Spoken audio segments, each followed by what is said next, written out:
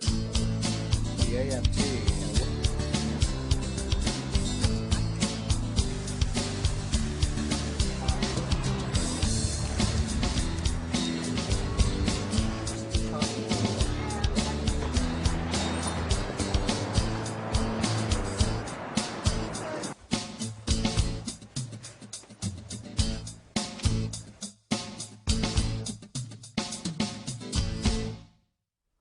Welcome to Brian Lehrer Live. We are here live every Wednesday night this month at 7 o'clock. Tonight, CUNY Chancellor Matthew Goldstein, 10 stories the world should hear more about.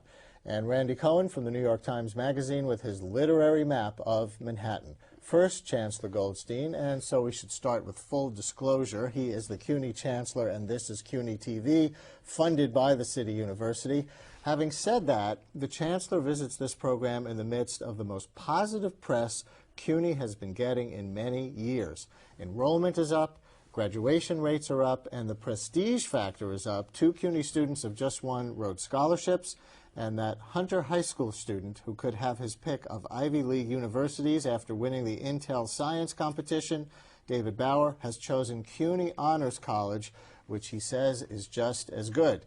Now, that doesn't mean CUNY has no issues, so let's talk about the state of the City University with Chancellor Matthew Goldstein. Chancellor, welcome to Brian Lehrer Live. It's good to be here, Brian. Thank you. I was reading up on you today, and I discovered that you're the first Chancellor who was a CUNY graduate. Where did you go to college? I went to CCNY. I started in '59. I finished in '63, and I studied mathematics and statistics. You're a statistician, a numbers statistician, man. Yeah. And as a statistician, I discovered you're the author of 3 books, including Intermediate Statistical Methods and Applications, not a New York Times bestseller. That's right. Very few students are interested in the subject, unfortunately, but we're trying. And you also wrote one called Multivariate Analysis and the ever-popular Discrete Discriminant Analysis, so you're not outselling Dean Koontz. You haven't read the paperback of Discrete Discriminant Analysis, I take it. The paperback is very lively and flies off the airport bookstore shelves. Indeed. One of your big initiatives has been the Honors College. And, of course, it's in the news right now because of David Bauer going there after winning the Intel Science Talent Award. He got $100,000 as a result of that. He could have had the Ivy League school pick of his choice. You must be very proud. When I went to City College, there were extraordinary students. We were all hungry. Tuition was free, but students were serious, very well prepared. And when I was named as Chancellor, there were a few things that I wanted to do as new institutions, and the Honors College was one. We're very pleased to have it. We get about 2,500 applicants. We choose about 320 students. They have very high academic backgrounds. I hear you have to have about a 94 average to get in. The profile is about 1350 on the SATs, about mid-90s high school average. But most importantly, these are serious students who have lots of options and for a variety of reasons have chosen to come. And the interesting thing, Brian, is we just had our inaugural graduating class, and very few of the students that started left. We lost a few for personal reasons, but most of them finished in 4 years. And when you hear where they're going, you are just so proud. I read a stat, over 80%, I think, who started finished in 4 years. So that, of course, is excellent for any school. And tuition is free. The usual $4,000 per year CUNY tuition is waived. We give them free tuition. We give them an academic expense account, a cultural passport, access to a laptop computer. They are treated well, but we expect very important things from them. What's a cultural passport? It's an idea that I had that basically is a card that has a number of participating cultural institutions, and they can gain access to those cultural institutions on a free basis. But more importantly, we try to integrate those institutions into the life of learning in the Honors College. Now, I could argue that these students have a ticket to anywhere. They could go to a private Ivy League school. They're going to get funded through college no matter what, and so that it is not perhaps the best use of the taxpayers' money to subsidize those kids to go for free to CUNY. I assume you'd argued otherwise. Tell me why. We're raising a lot of private money to support the Honors College. To date, we've raised in excess of $20 million that I have largely been involved in soliciting. And much of that money is being used to support the cultural passport, the academic expense account, the purchase of laptop computers. So it is a marriage between some public support, which is really nothing more than we saying we value this. We are a large institution, full spectrum of abilities. We've spent a lot of time on different levels of abilities. We're putting our money on these students as well. Does the existence of the Honors College help the university as a whole, or does it become just kind of like a trophy at the top of the heap? Oh, it helps the university in many ways. Many of the students that aspire to get into the Honors College and have not been granted a seat come anyway to the university. They start to meet the faculty, they see the programs, and this year we had several hundreds of students that came that couldn't get into the Honors College that decided to participate in other programs as well. And the Honors College, from what I read, does accept disproportionately white and Asian students. I think the stat is only 16% are black or Latino. Should that bother people? It is very consistent with the distribution of SAT scores. We do know, unfortunately, that African American students and Latino students are not doing as well on standardized tests, and the Honors College is largely driven by the kinds of scores that you get in a standardized test. So we're obviously we're working to improve that, and we are getting better results, but we still have a long way to go. You're a statistician by background. Let's do some stats real quick for our viewers. How many students are enrolled in CUNY altogether right now, roughly? We have about 219,000 degree-seeking students. These are associate through the PhD, and we have essentially an equivalent number of students that are in non-degree, professional development, continuing education. So we use a number of about 450,000 students study at this university. And how has that changed since you became chancellor in 1999? The enrollment has increased mightily since I started in 1999. We have the largest enrollment, for example, at our community colleges, our 6 community colleges in the history of City University. What's the rough racial breakdown, and how has that changed? The racial breakdown is about 25% of our students are Caucasian. About a third of our students are African American and Latino. And it depends on where you are, Brian. There are certain schools that have a different racial balance, but we reflect what is happening in the New York City public schools, because 60% of our undergraduate students are coming directly from the Department of Education. So it looks like New York City, and that's something that we celebrate. And how many campuses are there spread around the city? We have 19 different, 19 campuses. as I call them, operating units. It's quite a mission. It is. It's about 300 buildings. We have an operating budget of about $2 billion a year, about 37,000 employees, 450,000 students, about 6,300 full-time faculty, about 9,500 part-time faculty. It's a big and complex place. When you came in '99, it was the middle of the whole Giuliani standards and remediation and even budget cuts debate.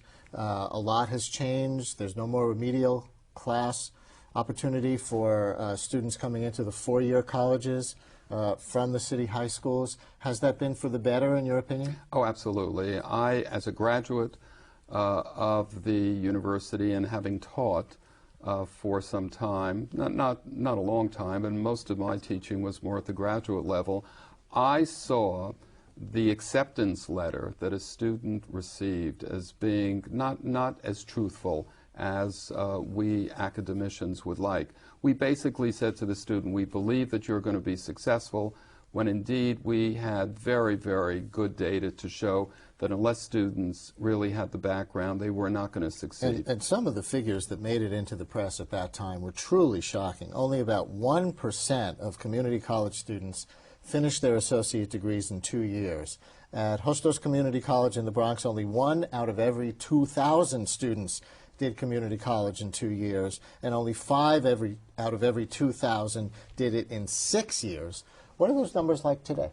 Oh, they're improving dramatically. I can't tell you exactly what the numbers are at each of those institutions. So you think they're much different? Oh, they are much different, in part because standards have started to take root in the New York City public schools, and we are getting students who are much better prepared for baccalaureate and associate degree work than we have seen in many years. And much of it is about the city universities saying, we're not going to take you unless you show that you have a certain level of preparation.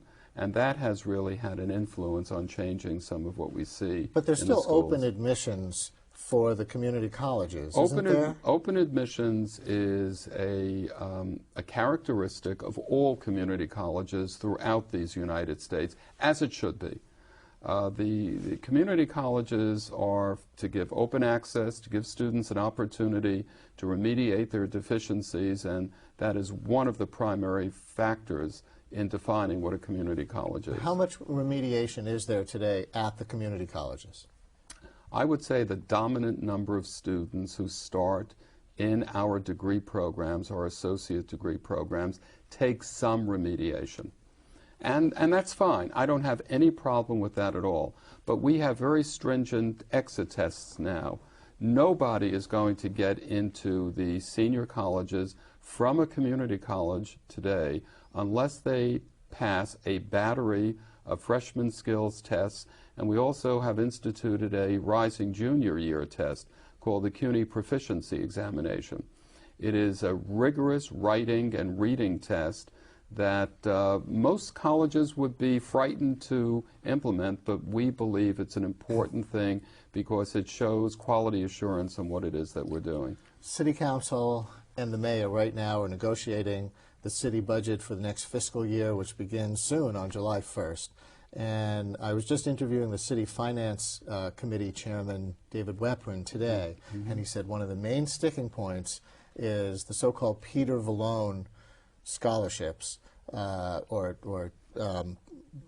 called scholarships, forgive me, Peter Vallone scholarships for CUNY students who earn at least a B average. That's $1,000 a year per student to defray some of that $4,000 a year tuition. I also understand that capital funding to help you build buildings and create the institution in general is up, but funding to operate the school is down or flat. How do you see the budget situation? We're going to have the best capital program in the history of City University. We get a new capital program about every 5 years. We'll be spending probably over $2 billion this year. The last capital program was $1 billion. For the first time in a dozen years, we have the sufficient dollars that we need to build out a lot of our community colleges. We've never had that before.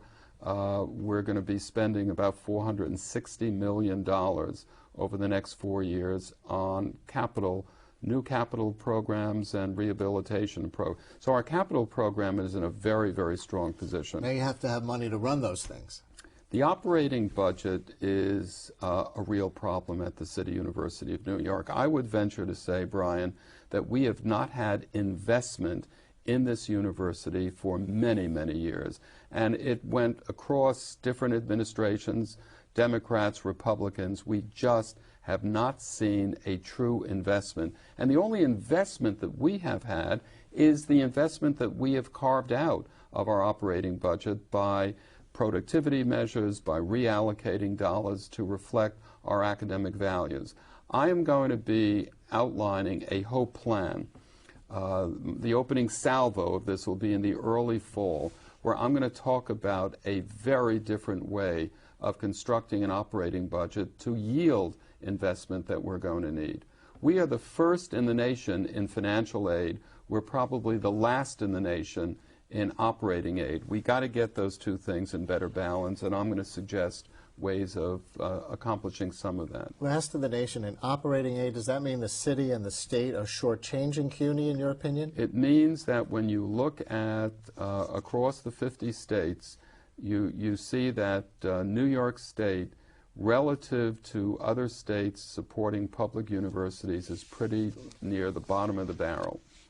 And you can't accept students, which is a result of a very enriched financial aid, and then when they get there, you don't have the kind of operating aid to give them the full benefit of what we're capable of giving them. At the same time, tuition has gradually been going up.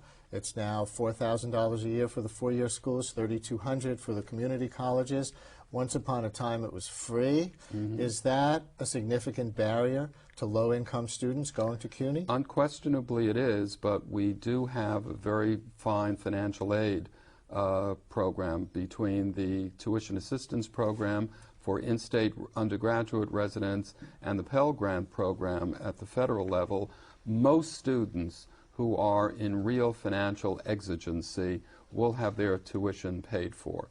So that I don't see as deep an issue as the operating aid. And that's one of the reasons that you need those Peter Vallone scholarships. The Peter Vallone Scholarship is a wonderful enhancement to our financial aid platform, and it's named for former Speaker Peter Vallone, and he was very, very generous in lending his name and his political support, and we're hoping that the City Council will come forward and reinstate that program. Why do you think operating funds are so scarce for CUNY? Doesn't Mayor Bloomberg care about CUNY? Doesn't Governor Pataki care about CUNY? I think it is a long tradition, not just in New York State, but the Northeast. The Northeast is very different from any other piece of geography in the United States. There has never been a strong tradition of public higher education. And as a result of that, we continue to play catch-up ball.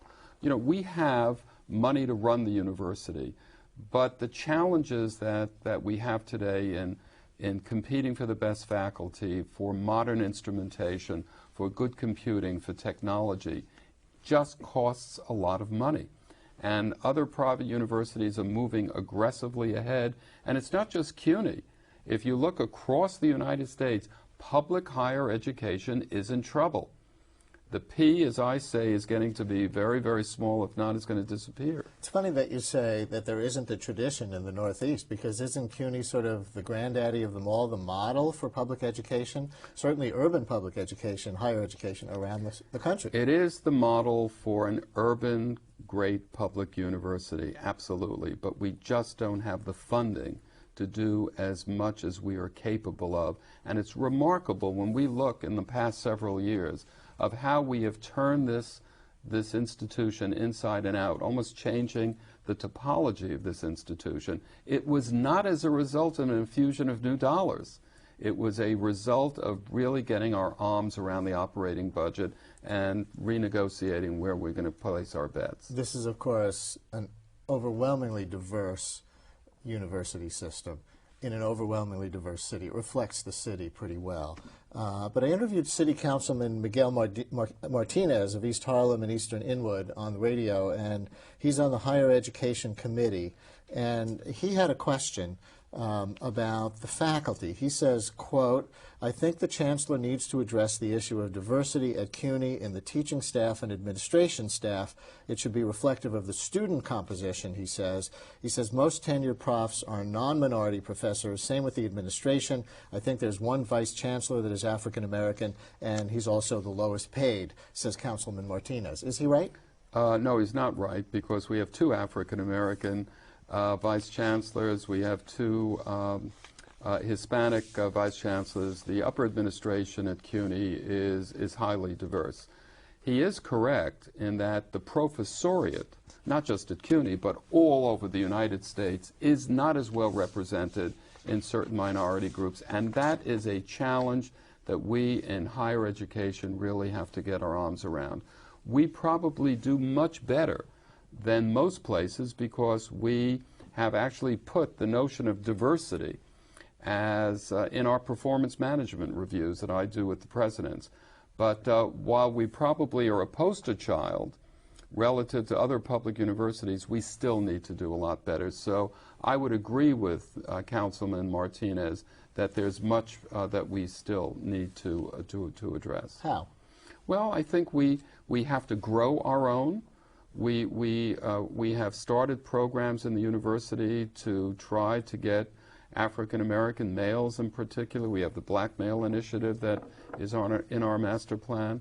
We're trying to bring in more students to get PhDs, and when they are credentialed, to keep them. That's having some payoff. And we're trying to be competitive with other institutions dealing with a limited pool of students. And sometimes as chancellor you have to ride herd over individual professors out of how many, by the way, in the system? We have 6,300 full-time. When I came in, we had about 56. One of the major thrusts of my administration is building up the full-time faculty, and we've built it up tremendously from where it was when I came in, but we still have much to go. About 9,500 part-time faculty. So every once in a while there's one who makes it, for one controversial reason or another, onto the front page of the New York Sun, as today. The Sun has a story about a CUNY professor at Brooklyn College who was chairman-elect of the sociology department, but then had to give up the chairmanship after the Daily News published an article about his views on religion.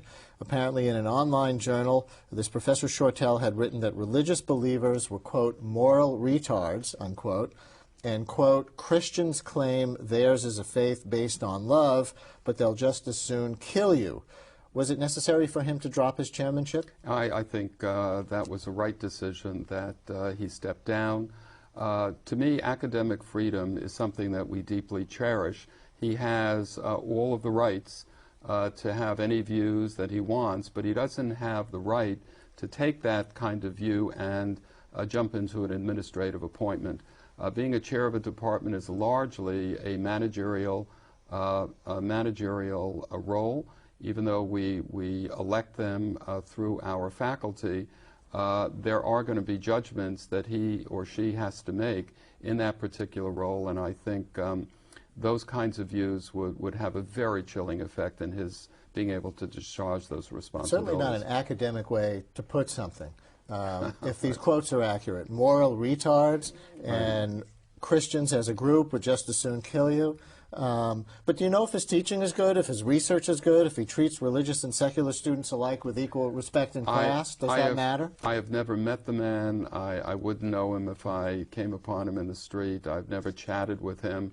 But those remarks are clearly not in keeping with what we would want in a chair of a department, for sure. And if he said religious believers were morally superior and non-believers were moral retards, you'd have the same reaction? Those are the kinds of things. I could just imagine students coming into his office that were deeply religious students and how they would feel and how chilled they would feel in trying to negotiate some problems that they may have. So I think the decision was right that he did make to step down. We have about a minute left. You've been chancellor 6 years now. We've talked about some of the accomplishments, and it's certainly reflected in the press coverage and reflected in the statistics that I've seen that CUNY is on an upward trajectory right now. What haven't you accomplished that you would still like to? I think you never get a job done in something like being chancellor of the City University of New York. At the end of the day, I just want to work towards creating a value degree for our students so that when they leave, competitors of institutions know that these are formidable people to deal with, that employers want to hire them, that graduate schools and professional schools want to invite them to study. Unless we can give a value competitive degree, we're just not doing our job. And in order to ensure that, there is a multitude of challenges that we have to be vigilant in adhering to. And we'll keep on doing what we can. CUNY Chancellor Matthew Goldstein, thank you very much. Thank you. And good luck. And coming up next, tired of the Michael Jackson trial and the West Side Stadium debate, we'll tell you 10 underreported stories the world should know more about. This is Brian Lehrer Live. Hi, I'm Cameron Diaz. And I'm Gwyneth Paltrow. We want to talk to you about energy. Here are some hard facts. If everyone replaced an ordinary light bulb with a compact fluorescent one, we would diminish as much global warming pollution as taking 7.5 million cars off the road. And let me tell you about hybrid cars. I have one, and it provides up to 30 miles per gallon more than conventional vehicles. And won't it save you thousands of dollars at the gas pump? Yes, it does. Pretty wild, huh?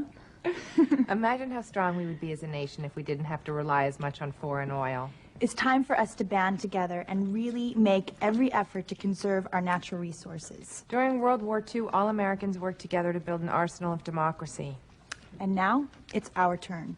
Who said we can't become less dependent on foreign oil? You know, we can. We can.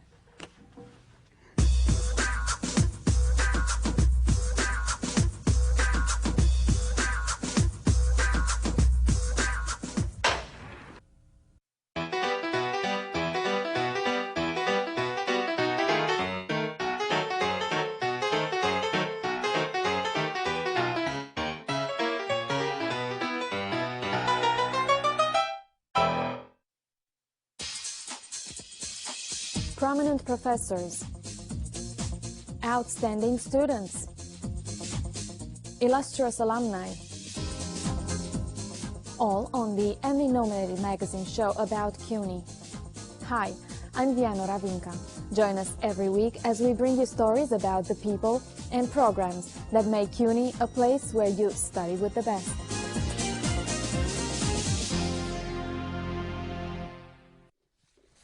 This is Brian Lehrer Live. We are here live every Wednesday night during the month of June at 7 o'clock. Now, as most of the news media relentlessly chase the same few catchy stories, we have the luxury here as public television to dwell on other things, many of them more important, and many of them really just as interesting if anyone would look. And in that spirit, we welcome our next guest, Shashi Tharoor, a writer of both fiction and nonfiction, and Undersecretary General of the United Nations for Communications. It's in his UN capacity that Tharoor has released a list of 10 underreported stories that they feel the world should know more about. Here is the list, real quick. 1. Somalia, more than a decade after U.S. troops withdrew. 2. A tragic blind spot in health care for women. 3. Northern Uganda, a need for more troops. 4. Sierra Leone, building on a hard-won peace. 5. Actors for Change, the growth of human rights institutions. 6. Cameroon, farming in the dark. 7. Grenada, the island after the hurricane. 8. Behind closed doors, violence against women. 9. A viable alternative, curbing illicit drugs through development. And finally, 10. Environment and health, new insights into the spread of infectious diseases. We will try to talk about 5 of these stories right now. So, Shashi Tharoor, welcome to CUNY TV. Thank you, Brian. Good to be with you. And I want to start with Somalia. Many of our viewers will remember the first President Bush deployed troops there to help with famine relief. That's right. I mean, you remember there were babies dying on television when the troops went in. We had a lot of intense focus at the time. The famine's back was broken, but then violence erupted. You remember American soldiers being killed. American soldiers being killed, the famous incident that got memorialized in the movie Black Hawk Down. That's right. Americans came home. And so did the cameras. And so did the cameras. And this country has pretty much forgotten about Somalia ever since. Absolutely. How's it going? Well, what's interesting is precisely that it's going a lot better now than anyone dared hope for the last decade. We finally have the various warring factions agreeing on a government. That government is actually returning to Somalia, has in fact returned and is trying to establish itself there. They are really in need of international support and understanding at this very fragile moment when it could all go down the tubes again. And the media simply isn't there. I mean, I've never forgotten the photograph of the Marines landing on the beaches of Somalia with more cameras on the beach to film them coming than there were Marines. Indeed. I mean, I'm exaggerating a bit, but not a whole lot. Today, this government goes back into Somalia, and there are no cameras, no press. Of course, it's been difficult, it's been unstable, it's been a problem, but, you know, that's precisely why it's important that the world know what's happening back again in Somalia. Now, your report here says Somalia is the only country in the world today to endure such a prolonged state of national collapse. What do you mean by such a prolonged state of national collapse? No functioning national institutions, no functioning national government, no functioning national systems. Essentially, you've got a number of fiefdoms. There are warring, warlords who control certain parts of the country. You've got 2 parts of the country that have even declared their own independence. Everything is sort of run by private entrepreneurs as best they can, from running protection for people to be able to get from one point to the other, right through the generation of electricity, the functioning of private banks, you name it. Sounds horrible. It is, but that's precisely the result of the chaos that we all saw on our screens 10 years ago. Because we abandoned the country. And it was in very large part, even then, a man-made, war-made famine, not a natural disaster. Absolutely. I mean, the reason the Marines and those who followed them helped break the back of the famine is precisely because the famine was a result of the warlords controlling the distribution channels. So what does Somalia need today that the outside world can still help it with? We're obviously not about to send back in troops under the guise of humanitarianism. Well, I think if there were enough public support, that might have been a viable option, but clearly it's not. So I'm not going to waste your time or your viewers by talking about troops. I think what's interesting and what's valuable, however, is to give the government the support, both material support and the support of some sort of credible international presence. It could be observers. I mean, clearly the Somalis do not want troops from neighboring countries descending on them, but we could have people who are there to show that this country has not been forgotten. Development assistance is important, humanitarian aid is important, international recognition, the whole works. Let's take another of your 10 underreported stories, the growth of human rights institutions. By that, do you mean government human rights institutions in each country or independent groups that we know of like Amnesty International? Both, but in fact this is particularly about the national human rights institutions, which are not necessarily governmental but usually have to be at least governmentally approved. Now why is that news? If you look at the entire discourse on human rights around the world, there's been a dramatic transformation. I spent 27 years at the UN, Brian, and when I joined, it was still entirely common for countries to say, well, human rights is a Western concept. This is, neo-imperialism by another name. It's the Americans thrusting their values down our throats. And others saying, look, in our culture, we don't need these human rights. We have either communitarian cultures or religiously based cultures or whatever. And that kind of talk was still widely prevalent. I think it's fair to say that in the 70s, I joined the UN in 78, we certainly would have seen a world in which human rights were not widely observed. In the last generation, as it were, the time that I've been at the UN, I've witnessed a dramatic change. Not just that more and more countries have learned to transform their societies into societies in which human rights are upheld, but that the ones who haven't, and we all know there are dictatorships and autocracies still in the world, that these societies are at least insisting on paying lip service to human rights. No one says any more human rights are bad. They say, oh, but we uphold human rights. How do we do that? You're not going to get human rights promoted in very many countries from the outside. You need to be able to encourage the growth of institutions which can, within the national context, the national framework, promote human rights. And that's happening. And so it's a gradual step-by-step process. At first it may be lip service. It may be kind of a fake, do-nothing national human rights institution, but eventually, over time, they might develop some teeth? Once they're there, they can never do nothing. They have to justify their existence. And it's fascinating. I can't name countries as a UN official, but I know of one particular case of a country that many would consider a tyranny, where the National Human Rights Commission is headed by the son of the ruler. But though this Human Rights Commission could obviously do nothing about political rights or political freedoms, they found themselves fighting the government on issues like unfair dismissal of workers, poor treatment of patients in hospitals, and so on. And the Human Rights Commission started taking the government to court and winning cases. Now, there's a great example of how the creation of a national human rights institution advances human rights in itself. And just one of the examples, and there are many in your report, an official probe now taking place by the government of Mexico into the disappearances of more than 500 people during the 1970s. Well, maybe it took 30 years, but at least they're getting around to it, perhaps with international pressure. Let's go on. Domestic too, but sure, go ahead. Yes, yeah. And let's go on to another of your 10 underreported stories. Brad, if I can pause for 1 second. Please. We very deliberately chose not to use the word underreported. Yes. Because if we did, we'd be pointing fingers at journalists. And we'd like to think that is not the journalist's fault. There are often reasons, including, of course, editors who think the stories won't sell. So we're just saying to the journalists, look, you're doing your job, but pay a little bit of attention to these things too. Well, I'll tell you what. I'll use the word underreported. I'll point my fingers at the news institutions that are more interested in making a buck than reporting the most important things that are going on in the world. I said it, you didn't. All right, Brad. Grenada. Yeah. Just months before the tsunami in the Pacific, there was Hurricane Ivan in the Atlantic. How quickly we forget. That's exactly the point. The cameras went there when it happened. In fact, I think everyone in America will remember that the Hurricane Ivan and the devastation it caused across the Caribbean, and particularly Grenada, which was the worst hit. But then the tsunami, we had this unprecedented outpouring of grief and solidarity. People rushed in with donations. I don't believe there have been more pledges made for any humanitarian disaster than we've seen in the tsunami. And look, I come from a country, and a part of India where the tsunami did hit, so I value that support. I'm not knocking it. But what's startling is how the crisis du jour, the headline of the moment, trumps the headline of the previous month. I mean, the people of Grenada are still struggling. Houses are still unbuilt. There are places that are still in utter shambles, roofs blown off, no repairs done. But attention's moved on. Funding has moved on. And this is one of the key issues, by the way, about why it's important to have media coverage. Because where the media goes, public attention goes, governmental responsibility follows, funding follows.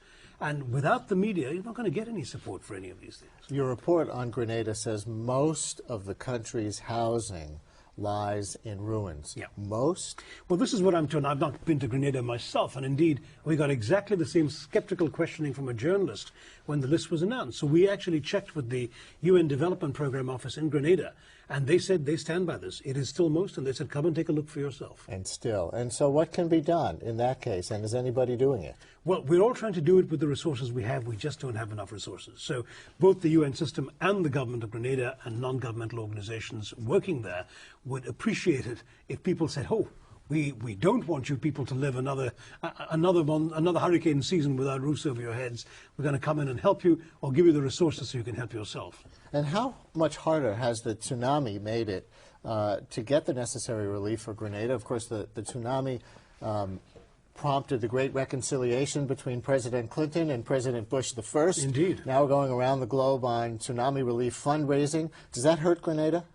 Well, that's perhaps too sort of reductionist an argument. By the way, President Clinton is now the special envoy of the UN Secretary General on the tsunami, and after his wonderful double act with President Bush the Elder, he's gone back on his own as a UN envoy, and we're counting on his continuing to bring attention to these things. But I do want to say, the tsunami in Southeast Asia and South Asia generally is now at the stage of trying to rebuild long-term life and recovery. Whereas in the case of Grenada, what you're seeing is we still haven't coped with the emergency. You know, whereas in these places we've been able to deal with the immediate consequences of the tsunami, and we're trying to do long-term rebuilding, here in Grenada we still aren't there yet. So in a sense it's fair to say that when a major thing like the tsunami happens that's on the news channels 24/7, it does suck the oxygen out a little bit out of other humanitarian aid. It's not just Grenada, there are places in Africa we're not getting funding for either. Let's go on to another of your 10 stories that the world should hear more about. Behind closed doors, violence against women. And you have some horrific stats here about the violence against women in many countries. Georgia, the Dominican Republic, progressive Sweden has a study that says 70% of women had experienced some form of violence or sexual harassment. So this remains a global issue. Exactly. And one of the reasons, by the way, we put this in is not just because the issue itself is horrendous, it's important, it's underreported, to use your word, Ryan, but it's also because sometimes when we put these kinds of lists out, and we did this last year, this is the second year we're putting out such a list, people say, well, these are all stories about places far away. You know, our readers don't need to hear about this. Why should a reader in New York care about obstetric fistula in Africa, which is one of our top stories on this list? What is that word? Fistula. It's a horrendous disease caused by childbirth in 100 to 150,000 women every year, completely preventable with cheap treatments and medication, but which horrendously disfigures women. And, you know, we argue, since all of us have been born as a result of childbirth, we should care about diseases caused by childbirth. We don't. We feel that story should be there. But when we talk about stories like that, people say, well, why is it of interest to us here in New York and the developed world? So we said, let's put in a story that in fact does matter to the developed world, because violence against women is happening in the developed world as well. Rich countries and poor countries have comparable figures of violence against women. It's a shocking situation. Do you believe that, though? Do you believe that rich countries, Western industrial countries, have the same rates of violence against women as poor developing countries, with all the feminism that's taken root? Because Western, you know, more industrial countries tend to be the democracies, tend to be the places where feminism as a social movement would have taken root. So do you really believe that? Unfortunately, it's true, and the figures show it. You take a country like Sweden, which was feminist long time before the US was, and you're finding that 70% of the women today say they've suffered this. Look at places in Africa. There will be countries which don't have that kind of incidence. Now, of course, There are countries where there's civil wars raging, where rape is being used as a tactic of warfare by guerrilla groups and that sort of stuff. And yes, there, of course, the violence figures may be higher and worse. But the fact that this exists at all, I think, is a standing reproach to all of us in societies that consider ourselves civilized. You know, one of the most feminist things that Sweden does is that in order for families to take advantage of the child care leave, the paid child care leave that the government requires corporations to give them, the father has to take some of that child care leave. That's right. Paternity leave was invented in Sweden. They also had the highest number of elected women in parliament. 50% of the parliament were women. They've just been beaten on that by Rwanda, by the way, which is one of our top stories of last year, where the Rwandan, after the genocide, Rwandan democracy has seen women being elected to parliament and to high office in that country in numbers that have not been matched anywhere in the world. How about that? One more of your stories the world should know more about. A viable alternative, curbing illicit drugs through development. Now, we usually hear about curbing illicit drugs through, spraying war on drugs, from, war on drugs, spraying from helicopters or things like that. What do you mean through development? Well, I mean, spraying from helicopters kills the crops, but it often kills farmers and their families too, in the sense that those farmers are simply not able to make a decent living or survive. Many of them go back to growing when the helicopters with their spraying have gone away. What we're trying to say is, let's have a model of alternative development where we say to the farmers, how much is this middleman giving you for your poppies? Why can't you make that much more money, or at least a little bit more money, by growing potatoes instead? We'll help you, we'll give you the seeds, we'll give you the techniques, we'll try and connect you to the right people, make sure that there's a market for your potatoes, and instead you can stop growing poppies. Everyone wins. The middleman, in fact, and of course there are many, many layers of middlemen, are the ones who make money out of drugs. It's not the farmer who's growing the poppies in the first place, who's profiting from this horror that affects all our streets. So what we can do is go to the source, stop the problem, and at the same time not create problems for the poor, innocent peasant whose life would otherwise be ruined, So giving him an alternative livelihood. Give me an example of a country where this is actually working. Plenty. We're actually trying it right now in Afghanistan, but we've done it elsewhere too. We've done it in parts of Colombia, we've done it, which is a big, big challenge, long way to go, in other parts of Latin America, Peru and Bolivia. And we are certainly very, very determined to make Afghanistan a success story, because that right now is one of the world's leading sources of illicit drugs. Right. And can you do it? Because I've heard stories from Latin America, for example, from Colombia, where, we're told you're telling a farmer who's growing coca, knowing full well what the market is in the United States and getting a decent price for their crops, tell them now, okay, grow broccoli or soybeans instead, and they're going to laugh you off the farm. Well, that's not entirely accurate, Brian. It's probably true in some places, and this is obviously a question of scale. We've got to be able to demonstrate success in some places first before we can move on everywhere. But I do want to say that if you look at how much this farmer, who may know what the market value is in the streets of Chicago, how much that farmer gets, he knows he's not going to be the one who's harvesting it, refining it, shipping it, and selling it on the streets of Chicago. Yes. He's a long way down the totem pole. And what he's getting for it is, in fact, not much more than he'd get for growing the other crops he used to grow. Of course, there's a combination sometimes of economic attraction for him and sometimes of intimidation. There are guys with guns who are telling him that he better grow this or else. And you need a combination of everything. You need the alternative development strategies we're talking about, and you need effective law enforcement as well. And, of course, sometimes both are not always available. I want to ask you one thing before you go. Tomorrow, I understand, your boss, Secretary General Kofi Annan, is going to release a report called The State of the World. Pretty much. That's pretty ambitious. Well, what is the state of the world? It's a very slender report, but what it's trying to do is it's looking at the Millennium Development Goals, which were the goals agreed upon by the largest single gathering of heads of state and government in human history, the Millennium Summit in New York in 2000. They got together and they pledged to fulfill certain targets by 2015. Targets about halving poverty, rolling back HIV/AIDS, educating girls. They're very specific targets. And we have produced a detailed report that took 20 different UN agencies' inputs to produce that will actually show you what progress has been made 5 years on against each of these targets in each of the regions of the world. And this, I take it, is related to the Millennium Challenge here at the U.S. level that President Bush has spoken about. But Tony Blair, the British Prime Minister, was just in Washington yesterday asking for more U.S. help for Africa, and he didn't get it. He didn't certainly get nearly what he was asking for. Does this put a crimp in the plans? Well, he's got an announcement of $674 million of American humanitarian aid, and that's always welcome. We'd never sneer He asked at for a lot something more. there. But he asked for a lot more, and Africa needs a lot more.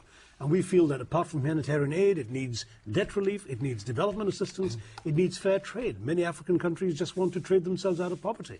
And that whole broad agenda is what Africa needs, not just some humanitarian aid.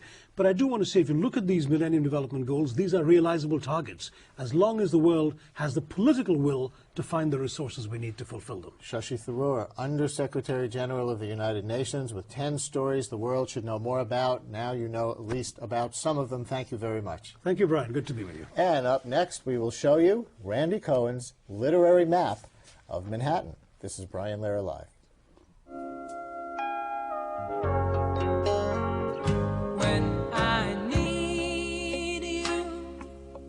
Just close my eyes and I'm with you, and all that I so wanna give you, it's only a You don't have to be a hero to be a hero. When you adopt a child from foster care, just being there makes all the difference.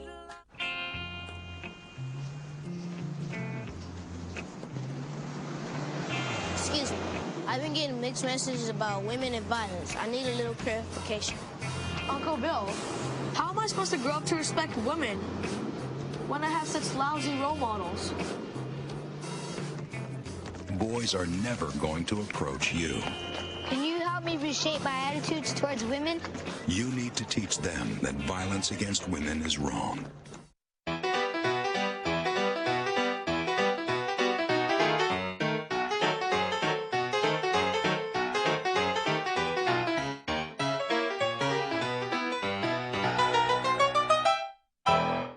Hello, I'm Lev Sverdov from the City College. I'm Eugene Schender from Brooklyn College. We are grateful to be chosen as 2005 Rhodes Scholars. Before we go off to Oxford University, we want to say thank you. To our brave parents for bringing us to the United States. And to CUNY for giving us access to outstanding faculty and a first-rate education. If you're looking for a great investment and believe that young people deserve educational opportunity, invest in CUNY. Now. For 12 more reasons to invest in CUNY, go to cuny.edu. This is Brian Lehrer Live. We are here every Wednesday night live during the month of June at 7 o'clock. Maybe you saw this. Let's see if we can get that map up in the New York Times book review this week. It's Randy Cohen's literary map of Manhattan. And we will have some fun now matching famous books you may have read to New York City locations that they're associated with. You may know Randy Cohen as the guy who usually writes the ethicist column in the New York Times Magazine. Does he aggravate you sometime? That's the coldest introduction I've ever received. The readers probably aggravate you. Certainly not. I love them all.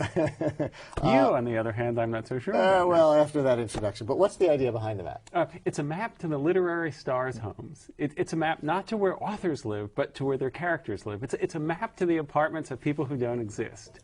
So we'll show the homes or the offices or significant places of fictional characters that are set in Manhattan. So as we look at this map, scrolling north to south a little bit on our screen, tell us a little more about this. Pretty thin in Inwood, isn't it? They should get busy writing in Inwood. Up in my hometown up there. I started thinking about this when I was reading a Don DeLillo book called Great Jones Street.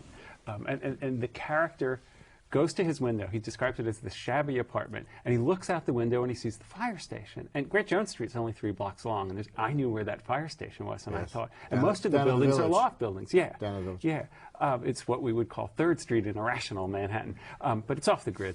And suddenly I know where this guy lives, and it made walking down the street like walking through the novel. And apparently many readers have the same experience. And this is kind of an open source map in that readers helped you draw it up, right? Oh, totally. I'm not nearly literate enough to do this myself. There's so many wonderful books set in Manhattan, hundreds and hundreds. So in the Times book review, we invited readers to submit their favorites, and they really responded. So you included locations, and we'll look at some individual ones in a minute, that correspond with 49 different books. How did you select them? We were guided by the reader selections, absolutely. We wanted it to reflect the reader's taste, and we also wanted to show the variety, because we could only fit 50 on the paper map. It's so frustrating. There's so many. How many did you get? 1,000, Really? somewhere more than 1,000 responses, and many sent multiple books. We have more on the web. We have 75 on the web now, and we'll put another 25 up soon. But we also wanted to show a variety of genres and a variety of eras. So contemporary fiction, mysteries, thrillers, children's books, 19th century novels. We wanted to show, since we couldn't show all the wonderful fiction set in Manhattan, we at least wanted to show some of the range of it. And that website, of course, nytimes.com. We've chosen a handful of specific spots on the map for you to expound upon a little bit. So let's show the first one. Let's start with location number 1, which relates to the children's book Tar Beach by Faith Ringgold. Talk about that a little. Our farthest north book so far. We're going to have Washington Irving soon, but a character in Tar Beach imagines that she can fly, and she's flying out over the city and over the George Washington Bridge, and she describes it as this jeweled necklace she could wear, and it was just such a beautiful image, and it's such a great bridge. Also a favorite of my daughter as a child, Tar Beach, a lovely children's book. Well, you wrote, by the way, that one of the wonderful things about this process was discovering the personal connections that many readers feel to the books that they proposed. And another one is that, you have this wonderful line, these readers see no impermeable boundary between the actual city and the city of the imagination. I love that. It's such a wonderful thing about living in cities, that you walk down the street and there's the physical city, and if you're interested in architecture, there's that, and then you impose your personal history on it. Here's where I had a fight with my girlfriend, and then you know the historical city. Here's where Washington led his retreating troops, and there's also the literary city. Here's where all these wonderful books that I care about took place. And the readers talk about looking out their apartment windows, and that's where Holden Caulfield probably dropped the fencing equipment. The two overlap in a wonderful way. So let's go to number 3, I think it is, on the map. This relates to the Langston Hughes poem, Theme for English B, from his book Selected Poems. We see it on the screen. Where are we here? We're at the Harlem Y now. And the reason we're at the Harlem Y, although in the poem Hughes refers to City University, City College at the time, but he himself, I learned this from a reader who emailed me just this week, that Hughes himself did not attend City College. He was at Columbia. And the reason the character in this poem is staying at the Harlem Y is Columbia would not allocate a dorm room to a black student at that time. And so he didn't need the city of the imagination in that particular case, because he had it in hard-scrabble reality in his life. Well, transformed into a work of poetry, yeah. Yes. It's not literally autobiographical, Yes. but it certainly draws on his life. Okay, the next book, we'll go right to the next slide, Thomas Pynchon's V. And where are we with V? Now we're over on the east side, and we're hunting alligators beneath the sewers. And there's a couple spots on the map where, rather than a precise location, we show a region where something takes place. And this is the region in which the characters in V were hunting alligators beneath the sewers of the east side, Upper East Side. And right to the next book, which is Kay Thompson's Eloise. Another children. I was interested, by the way, in how many children's books there were. Yeah, a fair sprinkling of children's books. In fact, among the most popular books, which was a bit of a surprise to me, The Great Gatsby, not a children's book, except for a very sophisticated child. Less of a surprise, but I think of that more as a Long Island book. But that was one of the 3 most submitted. The Mixed Up Files of Mrs. Basil Frankenweiler, about kids who hide out in the Metropolitan Museum. That was one of the 3 most sent in. I think people have strong attachments to their beloved children's books. The third one, time and again, too, the Finney, about time travel in New York from the Dakota. From the Dakota. Those 3, the most a popular. great book, looking down on Central Park, where time would not seem to have changed, because he was looking down on the one part of Manhattan without any lights. Yeah. What a great book. And what was the Eloise location? Oh, the Plaza. Eloise stays at the Plaza, although I don't know. Which used to be a hotel. Yeah, I know. Those were the days. And I don't know what happens now. Does she have a condo? I don't know. But also, there are other books that take place at the Plaza, too. There's a big scene in The Great Gatsby at the Plaza, a big confrontation there. And in Woody Allen's story, the Kugelmass episode, Kugelmass brings Emma Bovary back to New York, and they stay at the Plaza. So you can kind of picture these novels blurring into one another, where Eloise walks down the hall and encounters Madame Bovary via Woody Allen, and then there's Jay Gatsby in the hall, drinking himself silly. Okay, next book, Michael Chabon's The Amazing Adventures of Cavalier and Clay. Where is this? We're right down the block. We're at the Empire State Building, where Cavalier and Clay established the offices of Empire Comics. And in the scene where the Empire State Building is mentioned particularly nicely, Al Smith, the real Governor Al Smith, who was directing the Empire State Building, comes down to see who these new tenants are. And final one, Jhumpa Lahiri's book, The Namesake. Where are we now? Some characters in The Namesake decide to go see a movie at the Film Forum down on Houston Street. And as a proud member of the Film Forum, I was very, very happy to be able to get that in. And Nigel Holmes, the artist who drew the map, did a particularly nice drawing of the Film Forum, I think. That's fine. Now, I have to tell you that my wife, before she knew we were going to do this on television, saw this map in the book review, took it out, and clipped it up on a refrigerator. So there are people out there, and she's a reader, and there are a lot of readers out there who are probably really, really enjoying this today. Thank you. Well, that's the highest praise, refrigerator praise. Refrigerator postings. You wrote about some cases where readers actually did a little detective work to find a place referred to maybe a little cryptically by the authors. What's an example of that? There's some books that are really hard to pin down, sometimes because the author deliberately obscures the location. Isn't interesting in having a precise location. And Melville's Bartleby the Scrivener is so much about working someplace utterly gray and obscure. And he tells us that Bartleby works on Wall Street, but doesn't say where. But one of our readers is sure she knows where, because she believes she worked in that building. And it was just a dark, lifeless hellhole where she was miserable the whole time. And she learned that Melville's brother had a law office in that building. So she makes a powerful case. Right. Now, many of these are in nonfiction books, but of course No. many are not. They're No, all fiction. Entirely fiction and poetry. Oh, I guess. Oh, and poetry, right. I guess I was thinking of the Langston Hughes as, in a way, nonfiction because it was kind of autobiographical, but of course it's poetry. Yeah. I see. So, are there a lot of made-up venues? Yeah, they're funny that sometimes the locations are as fictional as the characters. There's a wonderful novel that came out a couple years ago by Gary Steingart called The Russian Debutante's Handbook. And it's about Russian immigrants in New York today, contemporary fiction. And he tells us that it's at Broadway and Battery Place. And so I went down there on my bike and figured out, well, given the clues, it can only be this one building. And Julie Just, the editor at the Book Review, who worked on the map, was talking to Gary Steingart. And he was amazed to find that I thought it was #1 Broadway, because he had no building in mind. That he created a fictional building in a non-fictional location. Did that make it onto the map? Yes. Yes. Randy Cohen, a great pleasure. Thank you. And I have to tell you, the only reason that people might get aggravated reading you is that you tell them the ethical truths that they may not want to hear. Oh, don't try to make it up to me, Brian. It's too late. Thanks a lot for coming in. And that's it for tonight's Brian Lehrer Live. We want to know what you think about this show. Email your polite comments, your angry rants, and your useful suggestions to brian@cuny.tv. Not.com, not.org, .tv. We'll be here live every Wednesday night at 7 all through the month of June. And remember to check out my daily radio show on New York Public Radio. That's every weekday morning at 10 on WNYC FM 93.9 and AM 820. Tomorrow morning, Myrlie Evers-Williams discusses the life and work of her late husband, Medgar Evers. Have a great night.